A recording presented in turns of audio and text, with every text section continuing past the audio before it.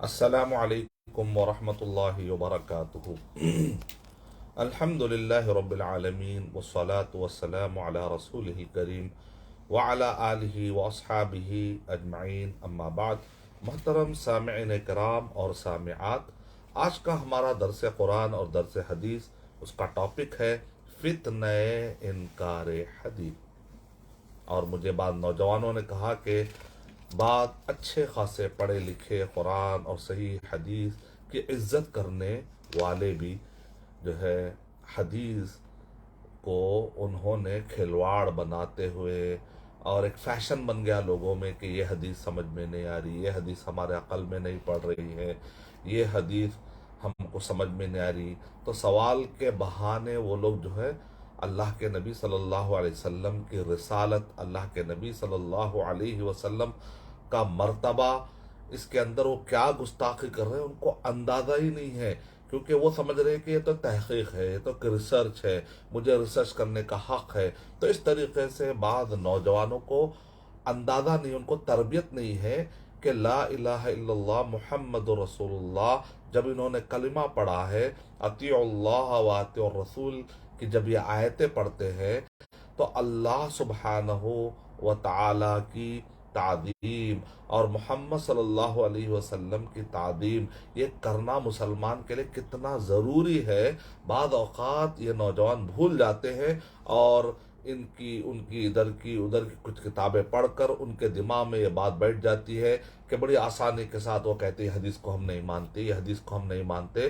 تو آئیے ہم دیکھتے ہیں کہ آج کے اس درس میں اسی کو ہم سمجھنے کی کوشش کرتے ہیں کہ یہ کتنا بڑا گناہ ہے، کتنا کبیرہ گناہ ہے، یہ کفر اور ضلالت کی طرف لے جانے والا کتنا خطرناک یہ راستہ ہے، جس راستے پر یہ چل پڑے ہیں کہ ریسرچ کے نام پر، تحقیق کے نام پر وہ اللہ کے نبی صلی اللہ علیہ وسلم کے رسالت کا مرتبہ نہیں سمجھ پا رہے ہیں، اور بڑی آسانی کے ساتھ نبی اکرم صلی اللہ علیہ وسلم کی باتوں کا مذاق اڑا رہے ہیں، اور ان کو پتہ تک نہیں ہے کہ کس کا مذاق اڑا رہے ہیں۔ اللہ کے نبی صلی اللہ علیہ وسلم کی باتوں پر مذاق اڑانے کا جو ہے گناہ لازم آ سکتا ہے، اس کی ان کو فکر بھی نہیں ہوتی ہے۔ تو اس وجہ سے یہ تنبیہ کرنے کے لیے، یہ ان کو اویئرنیس میں لانے کے لیے، بیدار کرنے کے لیے، جیسے آپ کہتے ہیں ہوش میں آؤ اے نوجوانوں، تم کیا کر رہے ہو، تو ہو سکتا ہے کہ ان کو سمجھ میں آئے، اپنی غلطی کا اندازہ ہو، اور ان کو اپنی غلطی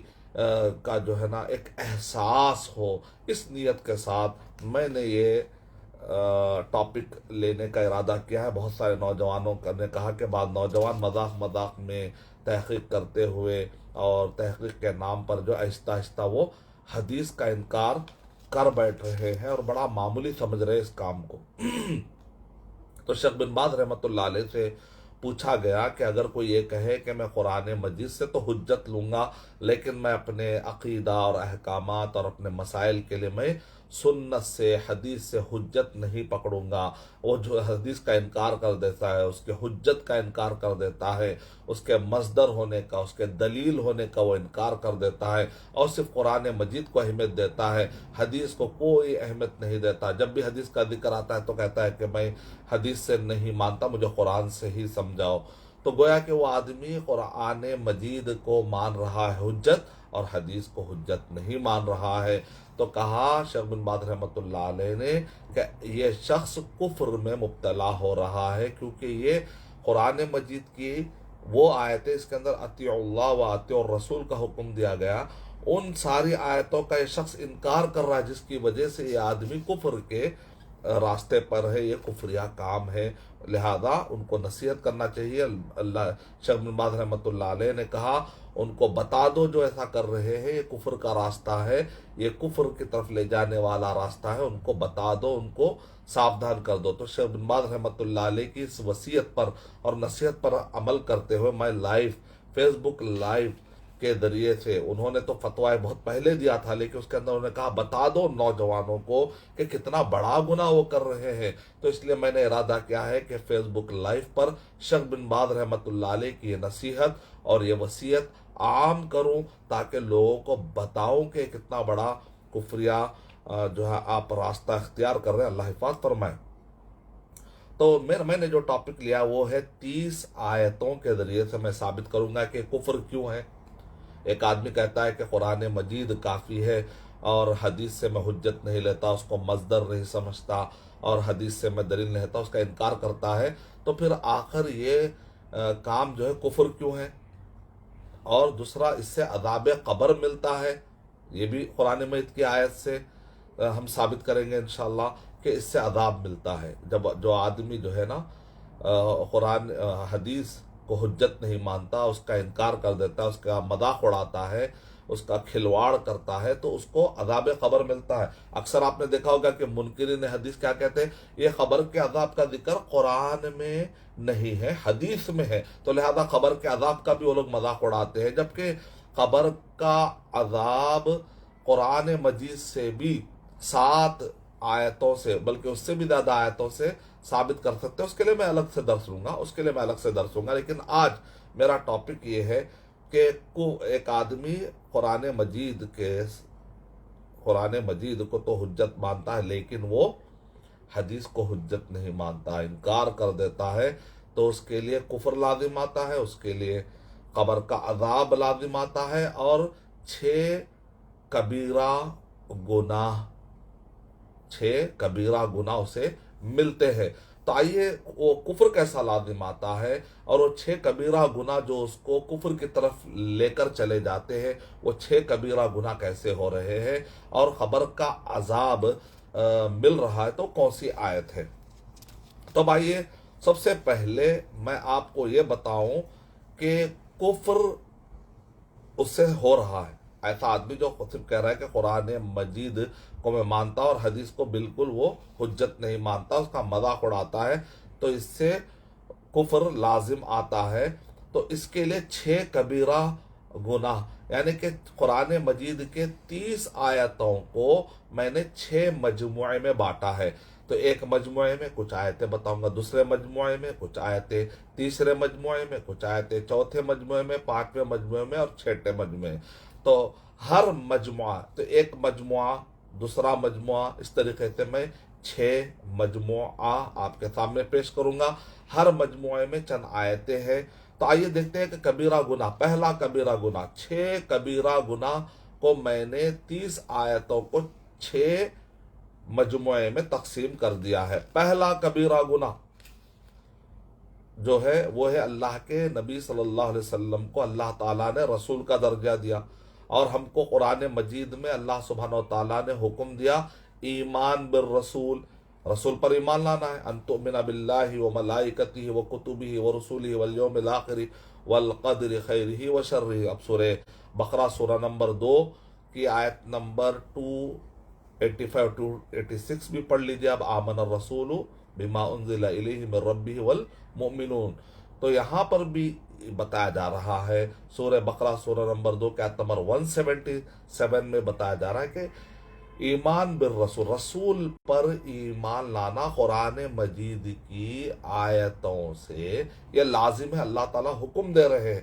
اب ایک آدمی کہہ رہا ہے کہ میں صرف قرآن کو مانتا ہوں، حدیث کو نہیں مانتا، تو پہلا کبیرہ گناہ کیا ہو رہا ہے؟ گویا کہ وہ رسول محمد صلی اللہ علیہ وسلم کو رسول نہیں مان رہا ہے، جبکہ ایمان بالرسول مسلمانوں کے بیسک جو ہے ہمارے ارکان میں سے، بنیادی ارکان میں سے ہم کو ماننا، ایمان کے 6 ارکان میں سے اللہ پر ایمان لانا، اور ملائکہ پر، فرشتوں پر، اور کتابوں پر، اور رسولوں پر، یعنی اللہ آمنت باللہ و ملائکتہ و کتبہ و رسولہ۔ تو ایمان کے جو 6 ارکان ہیں اس میں سے ایک رکن کیا؟ رسولوں پر ایمان لانا۔ محمد صلی اللہ علیہ وسلم آخری رسول ہے، اب آپ کے بعد کوئی نبی اور کوئی رسول آنے والے نہیں ہیں۔ اگر آپ کہہ رہے ہیں کہ میں صرف قرآن مجید کو مانتا ہوں، حدیث کو نہیں مانتا ہوں، تو آپ کیا کہہ رہے ہیں؟ آپ کو اندازہ ہے آپ کیا کہہ رہے ہیں؟ گویا کہ آپ اللہ کے نبی صلی اللہ علیہ وسلم پر ایمان نہیں لا رہے، رسول اللہ صلی اللہ علیہ وسلم پر آپ ایمان نہیں لا رہے، صرف اللہ پر ایمان لا رہے ہیں، آپ رسول اللہ صلی اللہ علیہ وسلم پر ایمان نہیں لا رہے ہیں۔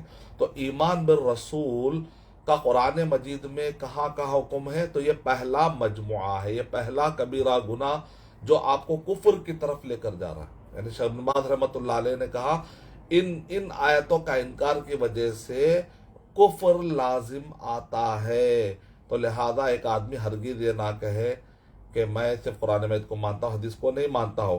تو پہلا جو اس سے بڑا کبیرہ گناہ جو اس سے صادر ہو رہا ہے، تو اس ضمن میں 8 آیتیں آپ کو حوالے کے ساتھ لکھاؤں گا، جو طلباء جو نوجوان نوٹ کرنا اس کو نوٹ کر لیجئے، تاکہ آپ کوئی اگر دیکھے نوجوان انکار حدیث، منکرین حدیث کی بری صحبتوں میں بیٹھ کر آدمی حدیث کو جو ہے مذاق بنایا ہوا ہے، ریسرچ کے نام پر حدیث کے اوپر عجیب عجیب قسم کے اعتراض کرتا ہے، تو وہ آہستہ آہستہ کیا کر رہا ہے، اپنے آپ کو منکرین حدیث کے گروہ میں ڈال رہا ہے۔ اسی لیے کہتے ہیں بری صحبت سے بچنا چاہیے، جواری سے، شرابی سے، اور اسی طریقے سے جو ہے گالی گلوچ کرنے والے جھگڑالو لوگ سے، گندی صحبتوں سے بچنا چاہیے۔ اسی طرح منکرین حدیث کی صحبت سے بھی بچنا ضروری ہے۔ تو جو نوجوان رات دن ان کے ساتھ بیٹھتے ہیں، ان کی کتابیں پڑھ رہے ہیں، تو ان کی صحبتوں سے بچائے، کیونکہ یہ کفر کا راستہ ہے۔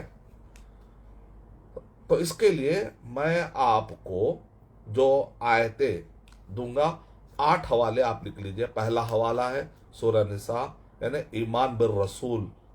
اگر ایک آدمی کہتا ہے میں رسول پر ایمان نہیں لاؤں گا تو کفر کے راستے پر جائے گا نا۔ تو ایمان بالرسول یہ پہلا مجموعہ ہے جو آیتیں میں آپ کے سامنے پیش کر رہا ہوں۔ سورہ نساء سورہ نمبر 4 کے آیت نمبر 136 میں ایمان بالرسول کے بارے میں ہمیں حکم دیا ہے کہ رسولوں پر ایمان لاؤ۔ سورہ تغابن سورہ نمبر 64 کے آیت نمبر 8 میں ہمیں حکم دیا گیا رسول پر ایمان لانا ہے۔ تیسری آیت ہے سورہ اعراف سورہ نمبر 7 کے آیت نمبر 158 میں رسول پر ایمان لانا ہے۔ چوتھی آیت ہے سورہ فتح سورہ نمبر 48 کے آیت نمبر 8، 9 اور 13، اس کے اندر بھی کہا رسول پر ایمان لانا ہے۔ پانچویں آیت ہے سورہ حجرات سورہ نمبر 49 کے آیت نمبر 15، اس کے اندر بھی بتایا گیا کہ رسول پر ایمان لانا ہے۔ اور 8ویں آیت ہے سورہ نور سورہ نمبر 24 کے آیت نمبر 47، یعنی 54، 55، 56 اور 57۔ تو میں آیتیں آپ کو لکھا رہا ہوں، درس کی شکل میں دینے کی کوشش کرو کہ آیتیں آپ لکھ کر سمجھائیے، ان کو بٹھائیے کہ بھئی آپ کا پرابلم کیا ہے، کیوں اپنے ایمان کو خراب کر رہے ہیں، کیوں آپ ریسرچ اور تحقیق کو حدیث آپ کو نالج اگر ہے، آپ امام بخاری رحمۃ اللہ علیہ، امام مسلم رحمۃ اللہ علیہ کے لیول پر آپ کو جب نالج نہیں ہے، تو پھر آپ یہ وادیوں میں کیوں بھٹک رہے ہیں میرے بھائی، اس پہ ریسرچ کیوں کر رہے ہیں؟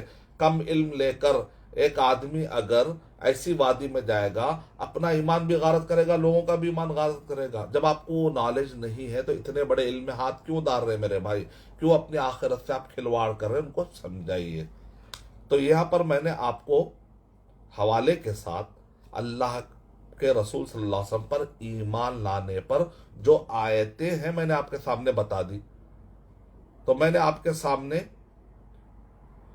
6 آیتیں ابھی تک دی ہیں، اس کے اندر بھی 2-3 آیتیں چونکہ لگاتار ہے تو 6۔ 7ویں آیت نوٹ کیجئے آپ، اور 8ویں آیت، یعنی کہ میں نے 8 آیتیں دینے کا وعدہ کیا ہے، ارادہ کیا ہے پہلے مجموعے میں۔ اللہ کے رسول صلی اللہ علیہ وسلم پر ایمان لانے پر قرآن مجید میں ہمیں حکم ملتا ہے، تو میں نے 8 میں سے 6 کے تو میں نے حوالے دے دی، لیکن میں 7ویں اور 8ویں میں نے ارادہ کیا کہ مکمل آیت پڑھوں، اس کا ترجمہ بھی آپ کے ذہن میں رہے، اس کا مفہوم بھی، اور 8ویں آیت، یہ 2 آیتوں کو ذرا میں تفصیلی طور پہ صرف حوالہ نہیں بلکہ آیت کے ساتھ بھی پیش کرنا چاہوں گا تاکہ ہوش کے ناخن لے۔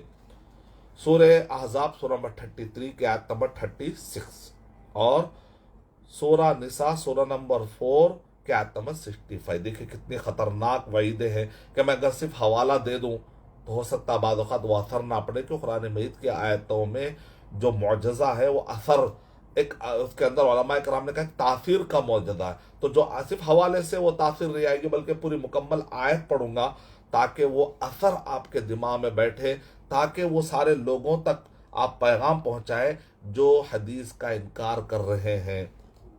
آیت کیسی بہترین آیتیں ہیں ایمان بالرسول، رسول پر ایمان لانے کے تعلق سے، کہ آدمی اگر اس کے اندر غلطی کرتا ہے تو اس کا کیا نقصان ہوتا ہے اس میں بتایا جا رہا ہے۔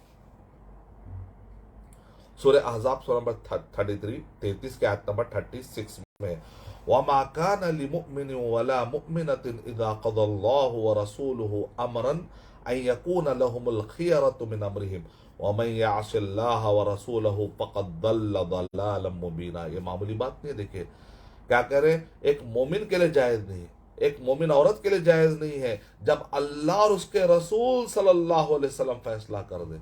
کیا کہہ رہے ہیں، جب اللہ اور اس کے رسول صلی اللہ علیہ وسلم فیصلہ کر دے تو پھر جائز نہیں ہے مومن مرد اور ایک مومن عورت کے لیے کہ وہ اپنی طرف سے کچھ اچھا یا اپنی مرضی سامنے رکھے. نہیں میری مرضی یہ ہے کہ یہ فیصلے کے خلاف میری مرضی ہے، ایسی کوئی مرضی وہ بتا نہیں سکتا. یہاں پر کیا کرے، اللہ اور اس کے رسول صلی اللہ علیہ وسلم اگر فیصلہ کر دے، آپ اگر صرف قرآن کو مانتے ہیں اور حدیث کے فیصلوں کا آپ انکار کر رہے ہیں کتنا، تو کیا کرو وَمَن يَعْصِ اللَّهَ وَرَسُولَهُ فَقَدْ ضَلَّ ضَلَالًا مُبِينًا.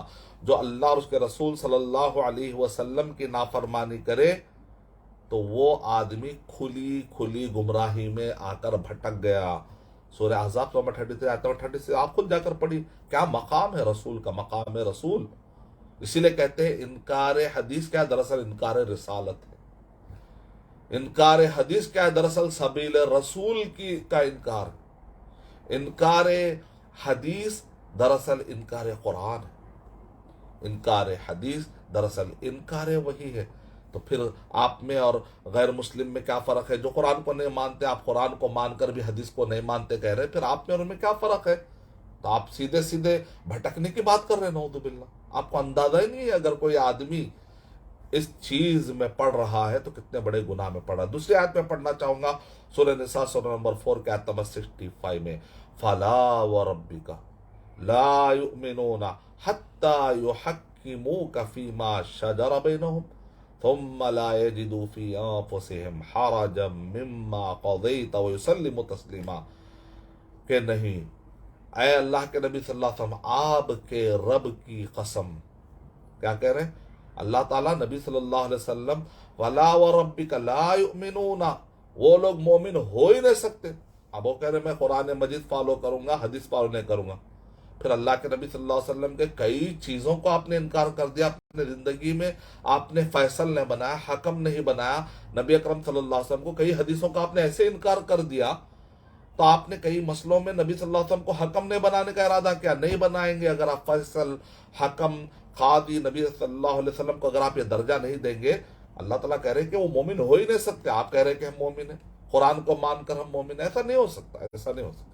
حتیٰ یحکموک فیما شجر بینہم، اپنے اختلافات میں جب تک وہ نبی اکرم صلی اللہ علیہ وسلم کو فیصل نہ بنا لے. فیصلہ کن، حدیث کو بھی آپ قرآن اور حدیث کو فیصلہ کن یہ درجہ آپ کو دینا پڑے گا. ثم لا یجدوا فی انفسہم حرجا، اور ذری بھی حرج، ذرا بھی کسی قسم کی بے چینی بھی نہیں ہونا. اللہ کے نبی صلی اللہ علیہ وسلم، رسول اللہ تعالیٰ اور رسول اللہ صلی اللہ علیہ وسلم کی بات آ جانے کے بعد مومن کیا کرتا ہے، اپنی بات کو پیچھے ڈال دیتا ہے. مما قضیت ویسلموا تسلیما، اللہ کے نبی صلی اللہ علیہ وسلم آپ کے فیصلے کے بعد ان کے اندر کوئی کسی قسم کی بے چینی، کوئی حرج یہ فیل نہ کرے، اور پورے طریقے سے تسلیم و رضا کے ساتھ اللہ کے نبی صلی اللہ علیہ وسلم آپ کو تسلیم کرے. جب تک اپنے آپ کو ہینڈ اوور نہیں کریں گے، اپنے آپ کو حوالے نہیں کریں گے، مومن نہیں ہو سکتے. اللہ تعالیٰ اللہ کے نبی صلی اللہ علیہ وسلم کتنا چاہتے ہیں، اندازہ لگائیے اس آیت سے، اور ہم بڑی آسانی کے ساتھ اس کا انکار کر رہے ہیں. نعوذ باللہ.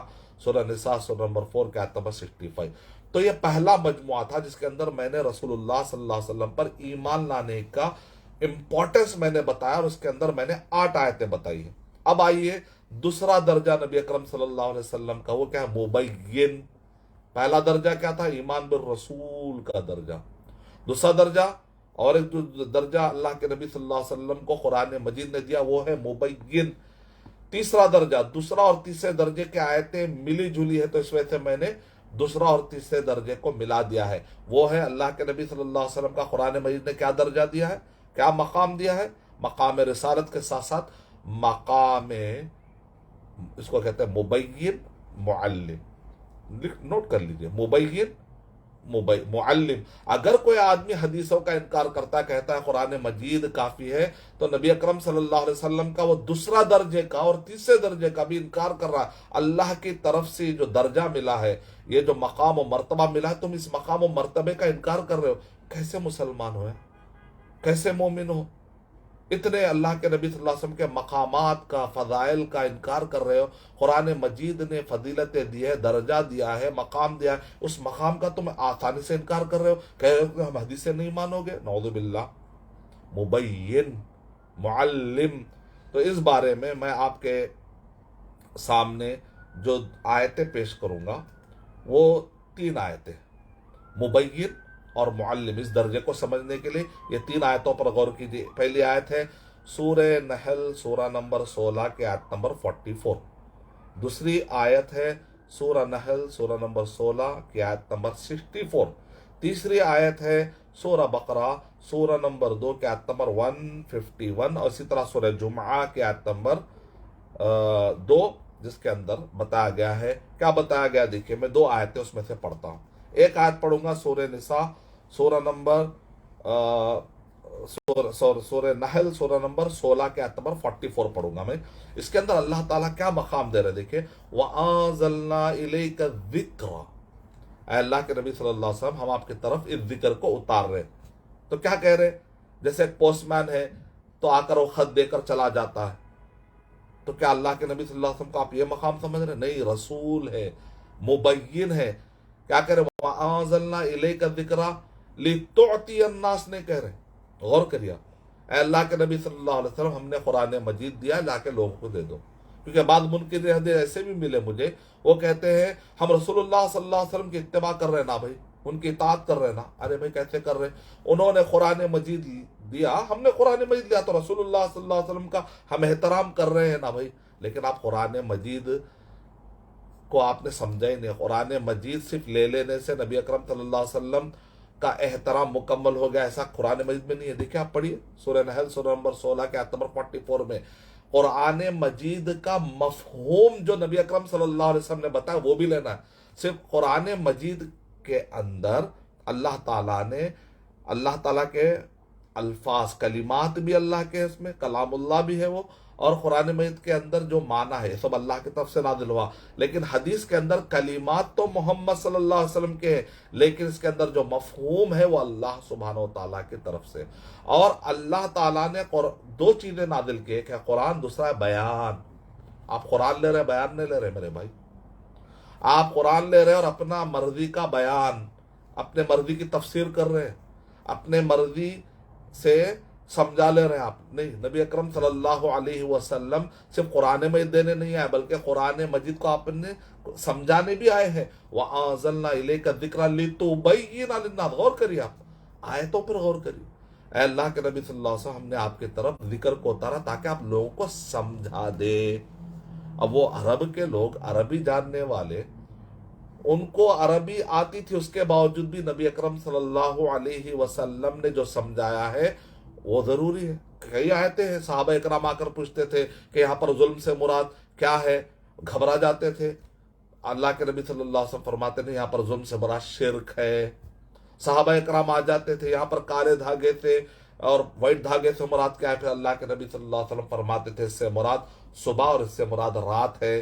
تو عربی جاننے کے باوجود بھی وہ صحابہ کبھی بھی یہ نہیں بولے اے اللہ کے نبی صلی اللہ علیہ وسلم آپ کے ایکسپلینیشن کی، آپ کے بیان کی ہمیں ضرورت نہیں. نہیں نہیں نہیں، قرآن مجید اللہ سبحانہ و تعالیٰ کا یہ کلام، اس کو قرآن کہتے ہیں. اس کے اندر اللہ کا کلام بھی ہے، اس کے اندر اللہ تعالیٰ نے اس کے اندر معنی اور کلام اتارا. لیکن حدیث بیان ہے. تو اسی لیے کیا کہتے ہیں، ایک آدمی اگر کہتا ہے کہ میں قرآن مجید کو لیتا ہوں اور نبی اکرم صلی اللہ علیہ وسلم نے جو دیا میں نے لے لیا، لیکن آپ نے بیان نہیں لیا. لا تحرک به لسانک لتعجل به ان علینا جمعه وقرآنا فاذا قرأناه فاتبع قرآنا ثم ان علینا بیانا. سورہ قیامہ پڑھی. ہم پر ہے بیان کی بھی ذمہ داری. آپ کہہ رہے ہیں میں قرآن لوں گا، بیان نہیں لوں گا، بھٹک جائیں گے. قرآن بھی لینا ہے آپ کو، بیان بھی لینا ہے. سورہ قیامہ پڑھیے، آپ سورہ نحل پڑھیے، آپ کو سمجھ میں آ جائے گا. اور سورہ جمعہ کی آیت پڑھی، هُوَ بعث فی الأمیین رسولا منہم یتلو علیہم آیاتہ ویزکیہم ویعلمہم الکتاب والحکمہ وإن كانوا من قبل لفی ضلال مبین. کیا کہہ رہے ہیں؟ وَيُعَلِّمُهُمُ الْكِتَابَ وَالْحِکْمَةَ. اللہ کے نبی صلی اللہ علیہ وسلم قرآن مجید اور حکمت دونوں سکھانے آئے. اسی لیے علماء کرام کیا کہتے ہیں؟ کتاب سے مراد قرآن مجید ہے، حکمت سے مراد نبی اکرم صلی اللہ علیہ وسلم کے احادیث مبارکہ. اور اللہ کے نبی صلی اللہ علیہ وسلم اس کو معلم، آپ جو ہے سمجھانے، معلم کا کام کیا ہوتا ہے؟ مثال کے طور پہ ایک ٹیچر آیا اور آ کر اس نے بورڈ پر لکھ دیا ایک فارمولا میتھس کا، بڑا کٹھن فارمولا اس نے کوئی لکھ دیا، کیمسٹری کا، فزکس کا. مثال طور پہ وہ بورڈ پر آ کر لکھتا ہے E is equal to MC square, لکھ کر چلا گیا. اب بچے پریشان ہو جائیں گے کہ اس کا مطلب کیا ہے، اس کا مطلب کیا ہے. تو معلم کا کام کیا ہوتا ہے؟ جب تک کہ بچوں کو سمجھ میں نہ آئے سمجھاتا جائے. تو قرآن مجید کے ایسی کئی آیتیں صحابہ اکرام آ کر پوچھتے تھے، اللہ کے نبی صلی اللہ علیہ وسلم اس کو بیان کرتے تھے، تو وہ پورا بیان آپ چھوڑ کر قرآن میں ڈائریکٹ سمجھنے کی بات کر رہے ہیں، تو ایسا نہیں چلے گا. اللہ تعالیٰ نے نبی اکرم صلی اللہ علیہ وسلم کو جو درجہ دیا ہے مبین کا، معلم کا، تو آپ کو میں نے 4 آیتیں اس کے اندر دی ہے. پہلے میں نے 8 آیتیں دی تھی پہلے مجموعے میں. ایمان بالرسول کا درجہ، سبیل الرسول، رسالت مآب، اللہ کے نبی صلی اللہ علیہ وسلم کی رسالت کو ماننا، اس کو معمولی نہیں سمجھنا اے مسلمان نوجوانوں. اور دوسرا اور تیسرا درجہ مبین اور معلم، یہ مرتبہ ہے کہ اللہ کے نبی صلی اللہ علیہ وسلم کو یہ بھی درجہ دیا گیا ہے. دیکھیں آپ کتنے درجات اور کتنے فضیلتیں دی گئی ہیں. آپ ان فضیلتوں کا انکار کر کے مسلمان، ایک پکے مسلمان کیسے ہو سکتے؟ پھر آوارہ جو شراب پینے والے، بہت سارے ایسے آوارہ قسم کے مسلمان ہوتے، پھر ویسے بھی آپ بھی ویسے ہو رہے ہیں، پھر بھٹک رہے ہیں آپ. بلکہ ان سے بھی زیادہ، وہ تو عملی گناہ کر رہے ہیں، لیکن یہ تو عقیدے کا گناہ ہو رہا ہے. اس سے بھی خطرناک جو ہے بری صحبت، ایسے صحبت سے بچنا چاہیے. اب آئیے، اب ہم چلتے ہیں. میں نے آپ کو پہلا کبیرہ گناہ ایمان بالرسول کا انکار، دوسرا کبیرہ گناہ مبین بیان کے انکار کا گناہ، تیسرا کبیرہ گناہ جو کفر کی طرف لے کر جاتا ہے وہ ہے اللہ کے نبی صلی اللہ علیہ وسلم کو معلم نہ ماننے کا گناہ. اب آئیے چوتھا جو اللہ کے نبی صلی اللہ علیہ وسلم کا مقام و مرتبہ بتانے والی جو آیتیں ہیں، تو میں چوتھا مجموعہ پیش کرنے جا رہا ہوں، اور وہ ہے کہ اللہ کے نبی صلی اللہ علیہ وسلم پر اللہ تعالیٰ نے نازل کیا وحی کو. ایک وحی کو متلو کہتے، ایک وحی کو غیر متلو کہتے. یعنی ایک وحی جو تلاوت کی جاتی ہے، ایک وحی جو تلاوت کی جاتی ہے، یعنی قرآن مجید اس پہ تلاوت کی جاتی ہے. ایک وحی ہے لیکن اس کی تلاوت نہیں کی جاتی، لیکن وہ بھی اللہ کی طرف سے نازل کردہ ہے. قرآن مجید کے الفاظ اور معنی اللہ کی طرف سے نازل کردہ ہے، اور حدیث کا مفہوم اللہ کی طرف سے نازل کردہ ہے. الفاظ نبی اکرم صلی اللہ علیہ وسلم کے، لیکن اس کے اندر جو مفہوم ہے وہ بھی نازل کردہ ہے، وہ بھی وحی ہے.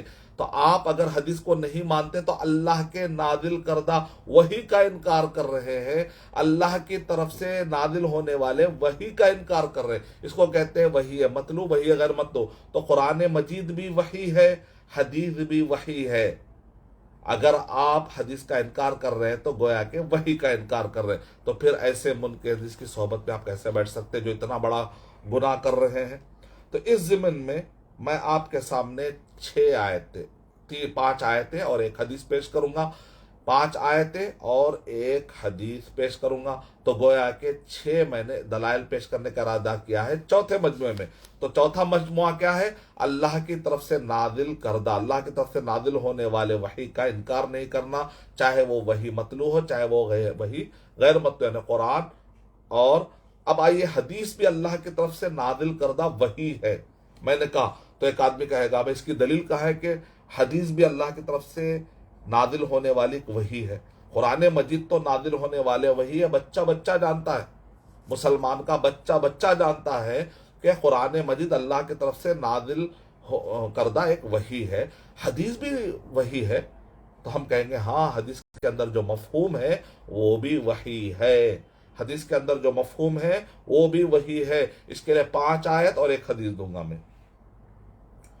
حدیث کے میں آیتیں اس لیے میں نے کہا اور 30 آیتیں، کیونکہ حدیث منکر کیا کہتے ہیں ہم تو حدیث سے نہیں مانتے، آپ حدیث سے دلیل کیوں دے رہے ہیں؟ تو اس وجہ سے میں نے ارادہ کیا ہے کہ ہم آیت سے دیں گے آپ کو۔ تو اب آئیے پہلی آیت آپ نوٹ کیجئے، جس کے اندر یہ کہا گیا کہ قرآن مجید کے علاوہ اور ایک بھی چیز وحی کے طور پر نبی صلی اللہ علیہ وسلم پر نازل ہوئی، حدیث قدسی، حدیث نبوی، اس کے اندر جو مفہوم ہے حدیث نبوی میں یہ اللہ کی طرف سے نازل کرتا ہے۔ اس کا مطلب صرف نبی اکرم صلی اللہ علیہ وسلم پر صرف قرآن مجید نازل نہیں ہوا، بلکہ حدیث کا مفہوم بھی نازل ہوا، جس کو بیان کہا گیا قرآن مجید میں، ٹھیک ہے؟ بیان میں بھی کیا ہوتا؟ بیان قولی، بیان فعلی، بیان تقریری، بیان وصفی۔ اللہ کے نبی صلی اللہ علیہ وسلم قرآن مجید کو جو بیان کرتے ہیں، اللہ کے نبی صلی اللہ علیہ وسلم قرآن مجید کو جو بیان کرتے ہیں، کبھی قول سے بیان کرتے ہیں، جیسے قرآن مجید، جیسا کہ اللہ کے نبی صلی اللہ علیہ وسلم نے قول میں کہا کہ یہاں پر ظلم سے مراد شرک ہے، وہ ظلم نہیں جو تم آپس میں کرتے ہو، تو وہ ایک آیت میں آپ نے یہاں پر اس آیت میں شرک مراد ہے، تو یہاں پر آپ نے قول سے کبھی تشریح کی، بیان مانے تشریح، ایکسپلینیشن۔ بعض اوقات اللہ کے نبی صلی اللہ علیہ وسلم اپنے فعل سے ایکسپلین کرتے ہیں، جیسے قرآن مجید میں اقیم الصلاۃ، تو اللہ کے نبی صلی اللہ علیہ وسلم نے زندگی بھر جو نماز پڑھی ہے، صحابہ کرام نے اس عمل کو دیکھ کر بیان کیا ہوتے ہوتے صحیح بخاری، صحیح مسلم، سنن ترمذی، سنن نسائی، سنن ابن ماجہ، سنن نبی داؤد، ان سب جگہوں پر 40 حدیث کی کتابوں میں آپ کو صلاح کے جو ڈیٹیل ملتے ہیں۔ آپ کیوں اہتمام سے پڑھتے ہیں؟ کیونکہ آپ کہتے ہیں قرآن مجید میں تو صلاح کا حکم ہے، لیکن پڑھنا کیسا ہے اس کو ایکسپلین کیا نبی اکرم صلی اللہ علیہ وسلم نے اپنے عمل سے نہ، تو پھر وہ عمل ملے گا کہاں؟ کتاب الصلاح میں ملے گا۔ زکوٰۃ، اس کا پورا عملی بیان، عملی اس کی تشریح کہاں ملے گی؟ کتاب الزکوٰۃ۔ صحیح بخاری پڑھیے آپ، صحیح مسلم پڑھیے، صحیح احادیث پڑھیے، عملی رہنمائی صلاح کی، عملی بیان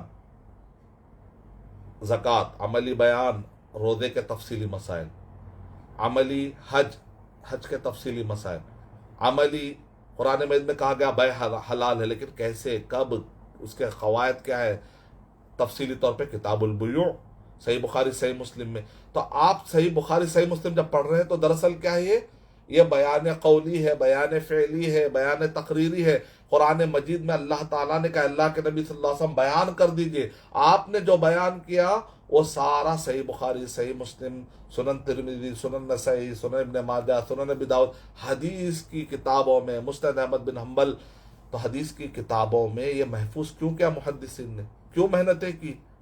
یعنی اللہ کے نبی صلی اللہ علیہ وسلم سے قرآن مجید کو نہیں ماننا ہے، بلکہ قرآن مجید کا جو بیان، جو ایکسپلینیشن پروفٹ محمد صلی اللہ علیہ وسلم نے صحابہ کے سامنے کیا، پھر صحابہ نے تابعین کو بتایا، تابعین، تو یہ جو بیان ہے اس بیان کو بھی ماننا ضروری ہے میرے بھائی، تب جا کر آپ، ورنہ آپ کہیں گے کہ اللہ نے صرف قرآن نازل کیا، نہیں، قرآن کے ساتھ اللہ نے مفہوم بھی نازل کیا، جس کو آپ بیان کہتے ہیں، جس کو ہم حدیث کہتے ہیں۔ دلیل، پہلی حدیث میں نے آپ کے سامنے، پہلی آیت سورہ بقرہ، سورہ نمبر 2 کے آیت نمبر 231۔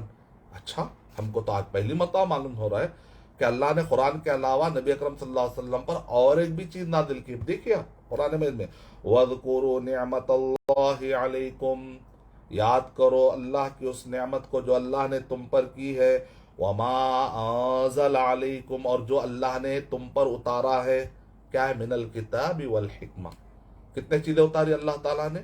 کتاب اور حکمت۔ پڑھیے آپ حجیت السنہ میں امام سیوطی رحمۃ اللہ علیہ نے اقوال جمع کیے سند کے ساتھ، صحابہ، تابع، ایسا نہیں کہ میں مفہوم بیان کر رہا ہوں، آپ جا کر پڑھیے امام سیوطی رحمۃ اللہ علیہ کتاب حجیت السنہ، اس کے اندر انہوں نے پورے حوالے کے ساتھ جمع کیا ہے، کون سے صحابہ ہے، کون سے تابعین ہیں، تبع تابعین ہیں۔ آپ تفسیریں پڑھی، یہاں پر حکمت کا ورڈ قرآن مجید میں آیا تو سنت مراد کہاں کہاں لیا گیا؟ صرف قرآن مجید نہیں، حکمت کا ورڈ آیا تو سنت بھی معنی لیا گیا۔ تو کیا اتارا اللہ تعالیٰ نے؟ وَمَا أَنزَلَ عَلَيْكُم مِّنَ الْكِتَابِ وَالْحِکْمَةِ، اللہ نے کتاب بھی اتاری اور حکمت بھی اتاری۔ کئی لوگ یہ سمجھتے ہیں اللہ نے نبی صلی اللہ علیہ وسلم پہ قرآن اتارا پھر حکمت اتاری، یہ جو آیت ہے اس کو کون مانے گا؟ آپ اس آیت کا انکار کر رہے ہیں۔ اگر آپ حدیث کہتے ہیں میں حدیث کو نہیں مانتا تو اللہ کے مفہوم کو آپ اٹھا کر پھینک رہے، تو کیا پھر ایک پکے مسلمان باقی رہیں گے آپ؟ اللہ نے اتارا حکمت بھی، اللہ نے اتارا قرآن بھی، آپ کہہ رہے ہیں کہ میں صرف قرآن لوں گا اور حکمت نہیں لوں گا، تو کیا یہ ایمان قابل قبول ہوگا؟ نہیں نا۔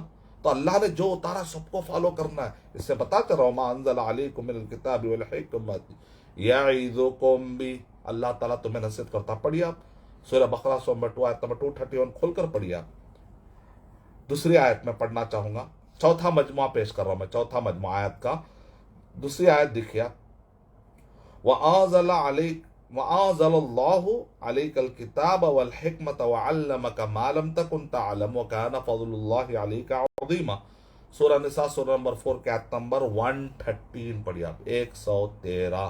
یہاں پر بھی کیا کہہ رہے ہیں؟ اللہ نے، اے اللہ کے نبی صلی اللہ علیہ وسلم، اللہ نے آپ پر اتارا ہے کتاب اور حکمت کو۔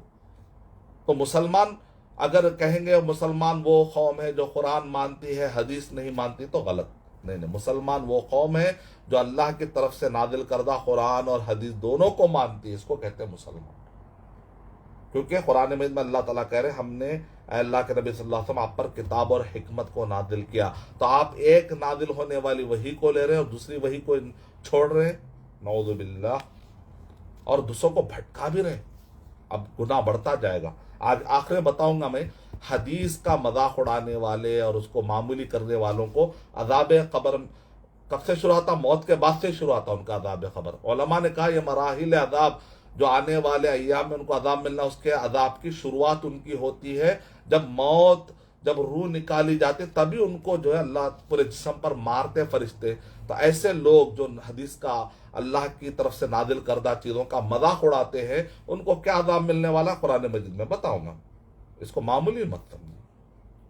چند لوگوں کی صحبت میں تھوڑی بریانی، تھوڑے چیزیں کھلا کر وہ لوگ چکنی چپڑی باتیں کرتے تو ان کی باتوں میں نہیں آتے۔ اتنے بڑے بیانات، اتنے بڑے جید علماء کرام خطبے دیتے ہیں، آپ تھوڑی سی صحبت میں اچانک بھول جاتے سارے بیانات، نعوذ باللہ۔ ایسا کیسا ہوتا؟ آیت نمبر 3، تیسری آیت اس مجموعے میں، وَاذْكُرْنَ مَا يُتْلَى فِي بُيُوتِكُنَّ مِنْ آيَاتِ اللَّهِ وَالْحِكْمَةِ إِنَّ اللَّهَ كَانَ لَطِيفًا خَبِيرًا۔ سورہ احزاب سورہ نمبر 33 کے آیت نمبر 35 پڑھ لیجئے آپ۔ وَاذْكُرْنَ مَا يُتْلَى فِي بُيُوتِكُنَّ، کیا کہہ رہے ہیں؟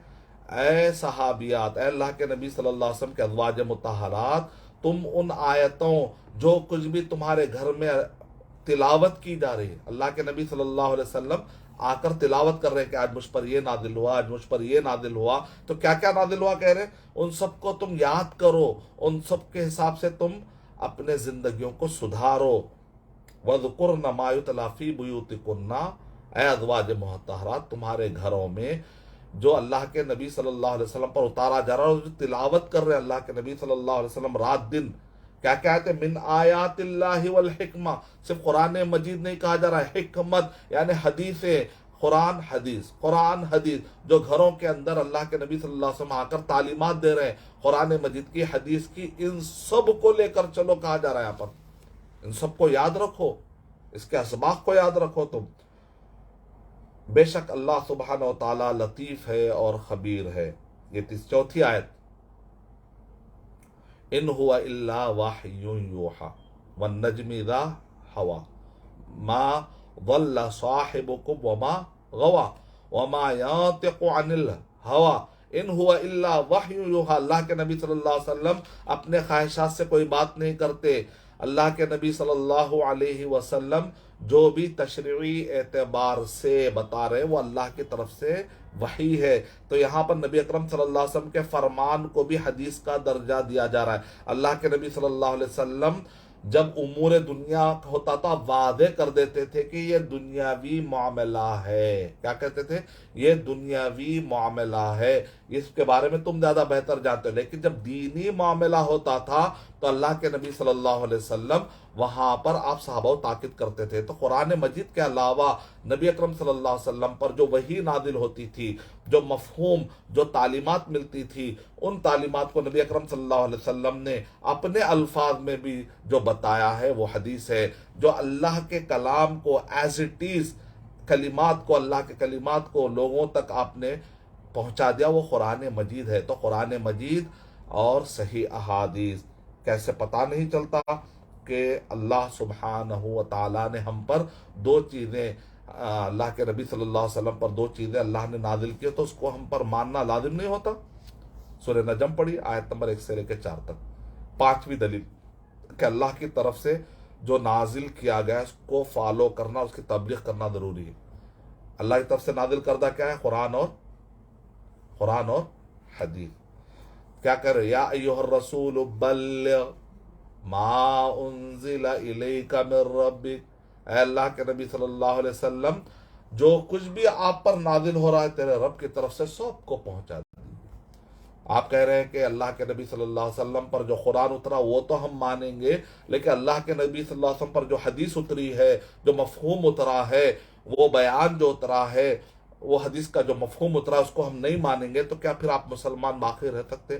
ایسے لوگوں کی صحبت میں آپ کیسے رہ سکتے؟ حدیث 5 آیتیں میں نے بتا دی، ایک حدیث بھی سن لیجئے۔ جب آپ 5 آیتیں اچھا سمجھ جائیں گے تو پھر اس حدیث کا احترام بھی کرتے ہوئے سن لیجئے۔ اللہ کے نبی صلی اللہ علیہ وسلم نے ارشاد فرمایا اوتیت الکتاب ومثلہ معہ، کہ مجھے قرآن مجید اور اس کے ساتھ ساتھ اس کے جیسی ایک چیز بھی دی گئی ہے۔ یہاں تو اور کلیئر ہو گیا۔ ایک آدمی کہہ سکتا نہیں بھائی اللہ کی طرف سے قرآن ہی اترا، آپ جو کہہ رہے ہو نبی اکرم صلی اللہ علیہ وسلم سے ثابت کر کے بتاؤ کہ اللہ کے نبی صلی اللہ علیہ وسلم نے قرآن مجید کے ساتھ اور ایک بھی چیز دی گئی تھی، کوئی حدیث ہے کیا؟ ہے نا حدیث؟ تو پہلے مجموعے میں نے آپ کے سامنے 8 آیتیں، اس کے اندر ایمان بالرسول کا مقام و مرتبہ بتایا۔ دوسرے اور تیسرے مجموعے میں مبین اور معلم، یعنی اللہ کے نبی صلی اللہ علیہ وسلم کو یہ درجہ آپ دینا ضروری ہے کہ وہ مبین تھے، وہ معلم تھے، وہ ہمارے معلم تھے، اور وہ اللہ کی طرف سے ایکسپلین کرتے تھے۔ تو اس کے لیے میں نے آپ کے پاس سامنے الحمدللہ 4 آیتیں میں نے پیش کی۔ یہ پہلا، دوسرا اور تیسرے مجموعے۔ چوتھے مجموعے میں جہاں پر یہ میں نے بتایا کہ قرآن مجید ہی نازل نہیں ہوا بلکہ قرآن مجید کے ساتھ ساتھ حدیث کا مفہوم بھی نازل ہوا، تو اس بارے میں نے آپ کے سامنے 5 آیتیں پیش کی۔ تو 4 آیتیں شروع کے 8، اور اس کے بعد 3 11، پھر اس کے بعد 4 15، پھر اس کے بعد 5 آیتیں، 20 آیتیں ہو گئی۔ 30 آیتوں کا میں نے وعدہ کیا۔ چلیے اب آگے چلتے ہیں۔ 5واں مجموعہ، اس کے اندر ہے اللہ تعالیٰ نے قرآن مجید میں وجوب اطاعت رسول اللہ صلی اللہ علیہ وسلم کی اطاعت کرنے کو قرآن مجید میں واجب کہا گیا۔ اگر آپ کہتے ہیں کہ میں قرآن کو لیتا ہوں، میں اطیع اللہ ہو گیا، اب اطیع الرسول کہاں سے لائیں گے؟ اطیع اللہ ہو گیا میرے بھائی، اطیع الرسول کہاں سے لائیں گے آپ کہہ رہے ہیں کہ میں قرآن مجید لوں گا اور حدیث کو نہیں لوں گا، تو آپ اطیع اللہ پہ عمل کر رہے ہیں، اطیع الرسول پہ عمل نہیں کر رہے ہیں آپ۔